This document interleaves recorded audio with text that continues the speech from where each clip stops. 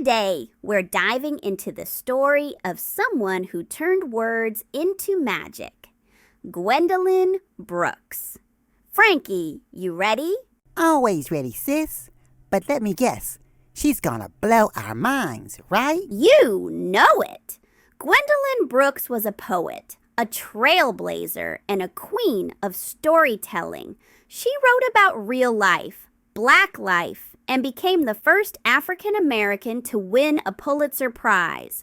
Big deal, right? Whoa, first to win a Pulitzer? That's like winning the Grammy of poetry. But hold up, let's take it back. Who was she really? Let's start at the beginning. Gwendolyn Brooks was born on June 7th, 1917, in Topeka, Kansas. But her family didn't stay there long. When she was just 6 weeks old, they moved to Chicago during the Great Migration. Ah, Chicago. So, Gwendy. Oh, wait. Her family called her Gwendy, right? That's cute. Gwendy was a Chi-Town girl. Yep, born and raised. She grew up in Chicago, and the city shaped her voice as a writer. She went to 3 high schools: Hyde Park High School, Wendell Phillips Academy, and Inglewood High School. Each school had its own vibe, and she experienced racism that opened her eyes to America's social struggles. Those experiences inspired her later writing. Dang, 3 schools? That's like switching dance crews mid-battle. But it sounds like it made her stronger. When did she start writing? At an early age. Gwendolyn wrote her first poem at 13 and got it published in a children's magazine. By 16, she had already published 75 poems. She even started submitting work to the Chicago Defender, a big newspaper for the Black community. 75 poems by 16. Sis, at 16, I will probably be just trying to finish my math homework. She wasn't just talented, she was passionate. Gwendolyn once said, "I felt that I had to write. Even if I had never been published, I knew I would go on writing."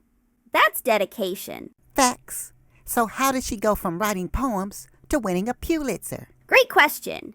In 1945, Gwendolyn published her first poetry book, A Street in Bronzeville.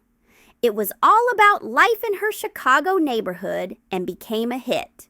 Then, in 1949, she dropped her second book, Annie Allen. That's the one that won her the Pulitzer Prize. Okay. Annie Allen was the glow-up moment. First Black person to win a Pulitzer. She was making history before hashtags existed. Exactly. And she didn't stop there. In 1960, she dropped The Bean Eaters, which included her famous poem, We Real Cool. Oh, I know that one. We real cool. We left school. We lurk late. We strike straight. That's a vibe. What inspired her to write it? She said she saw a group of boys in a pool hall and wondered what they thought about their lives. That's the thing about her. She wrote about everyday people, making them feel seen and heard. Yo, that's deep. She wasn't just writing poems, she was telling stories that hit home. But did she only write or did she teach too? Oh, she taught. Gwendolyn shared her love for writing as a teacher at colleges like Chicago State and Columbia University. She inspired a whole new generation of poets. She really was out here doing it all. But what about her personal life? Did she have a family? She did. Gwendolyn married Henry Blakely in 1939, and they had 2 kids, Henry and Nora. Even with a busy career, family was important to her. Love that. So she was a poet, a mom, a teacher, and a history maker. Talk about wearing all the hats. For sure. But sadly, Gwendolyn passed away on December 3rd, 2000 at her home in Chicago. She left behind an incredible legacy, and she's buried at Lincoln Cemetery in Blue Island, Illinois. Man, what a life. Turned her words into a legacy. So, Bird, what's the big takeaway here? That words have power. Gwendolyn Brooks used hers to shine a light on the beauty, struggles, and resilience of the Black community. Her story proves that with passion and perseverance, we can achieve greatness. Big facts.